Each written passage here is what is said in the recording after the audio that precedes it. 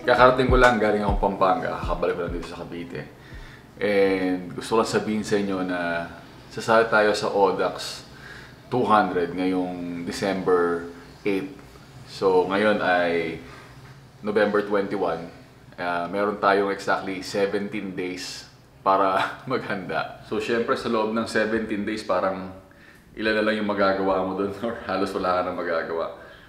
Ako ngayon kakabalik ko lang galing Pampanga. Medyo inuubo-ubo ako ng konti. So ang goal ko lang for the next 17 days, isa dyan ay ma-maintain yung health ko na maging healthy pa ako at hindi ako magkasakit before the event.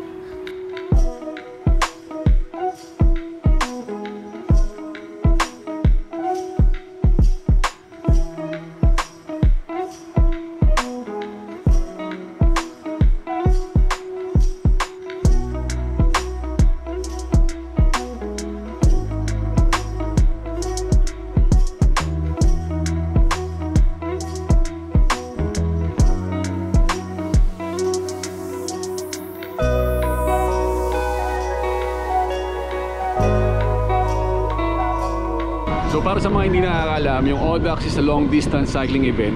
So ang sasalihan natin is pwede ka sumali sa 100 or 200 kilometers. So ang sasalihan natin is yung 200 kilometers. So ang starting line niya is Mango Valley Hotel sa loob ng Subic, Zambales.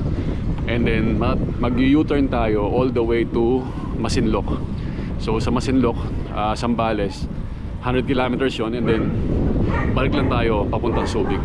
So what I think yung ahon dun sa pagkakaalala ko, yung papuntang Masinloc lang and then pabalik lang ng Subic mismo may ahon. But the rest is almost patag naman siya and madali lang, hindi siya ganun kahirap. So 2017 pa nung huli ako nag-ODAX, excited na ulit akong ulitin to.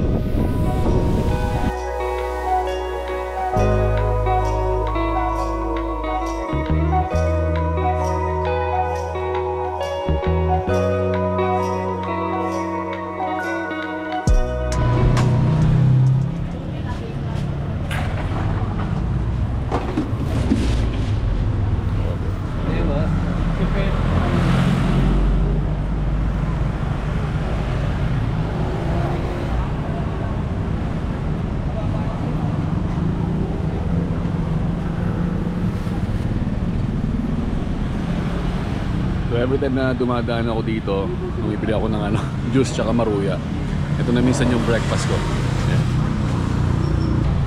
Minsan yung Nalgene ko, pinupuno ko ng juice. Pero minsan naman hindi lang, kasi gusto ko nga magtubig naman.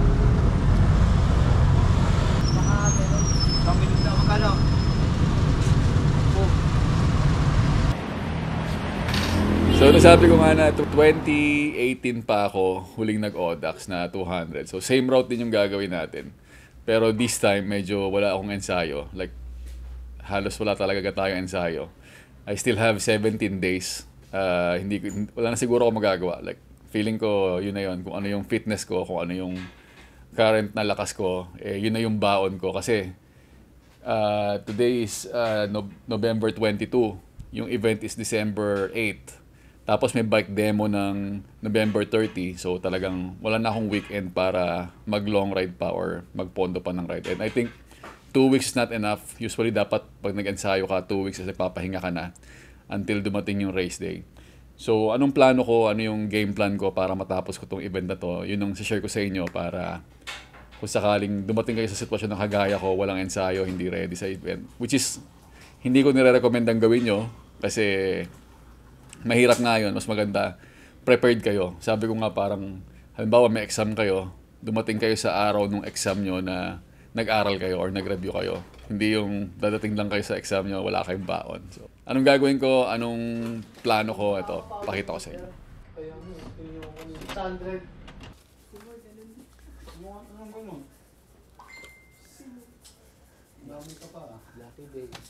Alright, so ganito plano natin.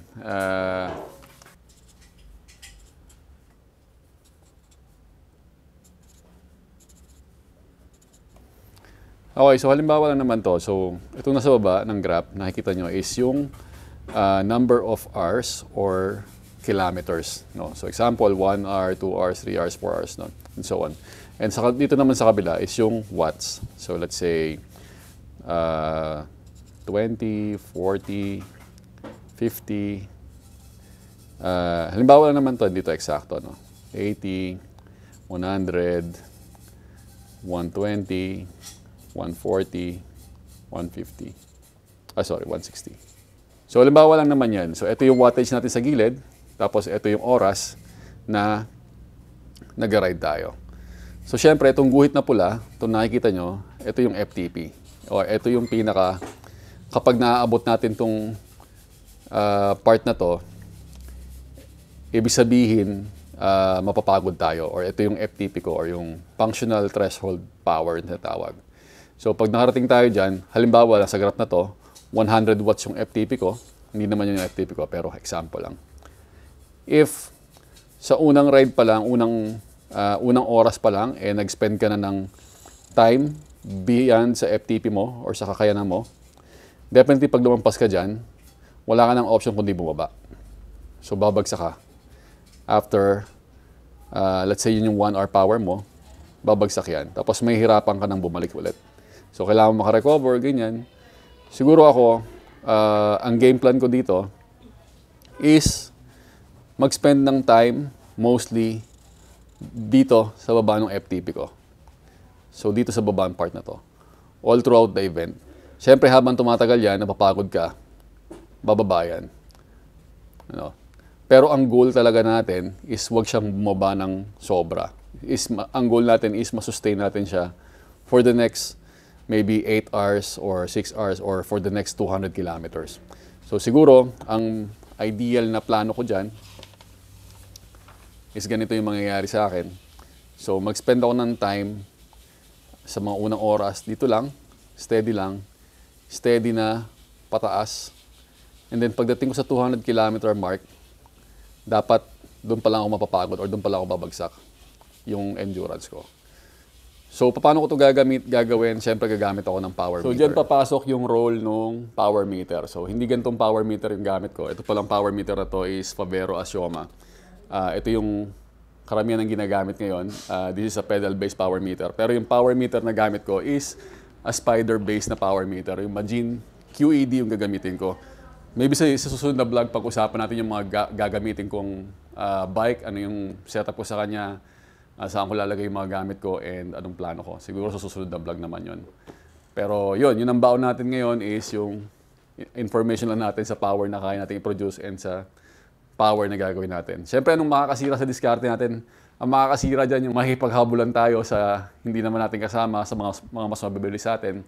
Kapag ginawa natin yon, babagsak din yung power natin and posibleng malaspag tayo, tinatawag na laspag. So siguro ang plano lang talaga is ma-maintain ko lang kung ano yung kaya ko para matapos ko siya ng mga magandang oras. Siyempre, no, hindi ko rin alam kung anong kalalabasan, pero yun yung idea, di ba?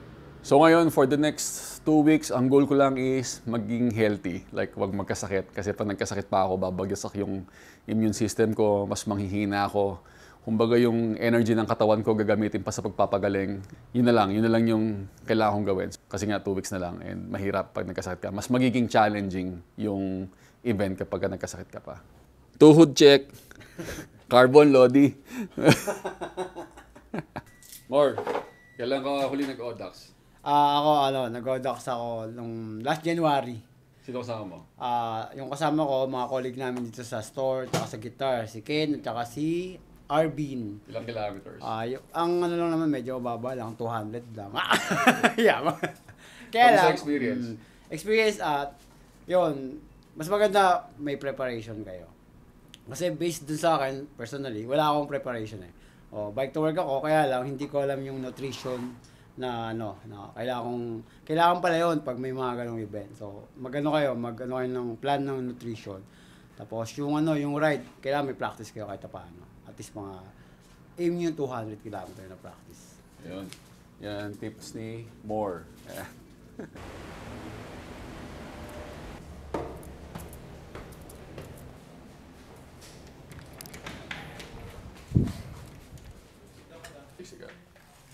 Kailan ka huli nag-ODAX? Last year pa ata yun. Kamusta experience sa 200 kilometers? Okay lang, masaya naman kasi wala akong expectation talaga dun.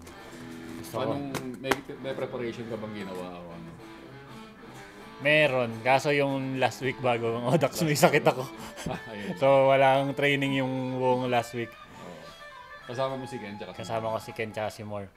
Tapos isang ano ko doon, dahil first time namin wala kaming mapa. So sumusod lang kami doon sa mga cyclist din. So may time naligaw kami ng mga nung nagkakalasa na. So ang dami naming mga lagpas-lagpas na ruta. Muntik na rin kaming hindi makatapos.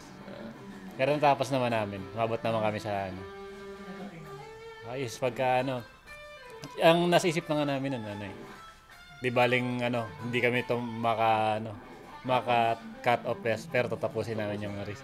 Pero nakapasok naman. Meron pa rin.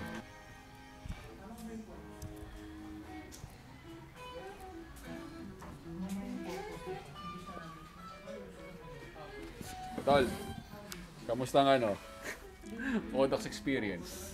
Audax, grabe. Sobrang sarap, sobrang saya. Sobrang mahirap din, pero kaya. Naligaw kami. First time mo yun, di ba? First time ko yun, grabe yun. So kung merong ka mapapayo sa mga nag-Audax as a first time or yung mga wala talagang experience, ano yun? Ano yung pwede mong bigay sa kanilang tips? Yan.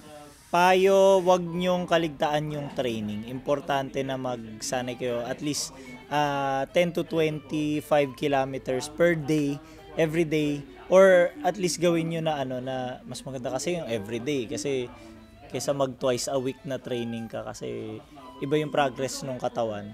So gawin yung consistent yung at least 3 months na training and then yun. Kumbaga binuo ko kasi na 150 kilometers per week. Every day nagra-ride ako ng 25 kilometers. Yun, ganun lang. Tapos tuloy-tuloy lang siya and then pagdating dun sa Audax mismo, huwag kayo magtuturista mode. Huwag kayo mamasyal. Pag nagturista mode kayo, may chance na late kayo makatapos or baka hindi nyo pa matapos kagad dun sa said na time. Dahil ang nangyari kasi sa amin, nagmadali kami nung hindi namin na-monitor yung oras. Nag-sightseeing pa kami dun sa lugar. So, ganun. Pag Audax, punta lang kayo dun para sa Audax mismo. Kumbaga, sa ibang araw nyo iset yung pasyal. Alright, so that's it for this vlog and yun na yung mga tips natin sa Audax. Siguro susunod na video na gagawin natin is yung gagamitin ko. Ano yung mga gears na gagamitin ko, ano yung setup ng bike ko. Narinig niyo rin yung mga payo ng mga kasama ko dito sa Supreme Bike, sa Guitar Pusher. Last year, nag-Audax yata sila or 2 years ago, nag-Audax Batangas sila. And yun yung mga first time nila kadalasan. So ako naman, it's not my first time, pero normal din sa akin yung distance na 200. Let's see how it goes. Gusto ko share sa inyo yung experience na to. Thank you for watching. And kung may mga comment kayo, kung may mga tips kayo, lagay nyo sa comment section yan.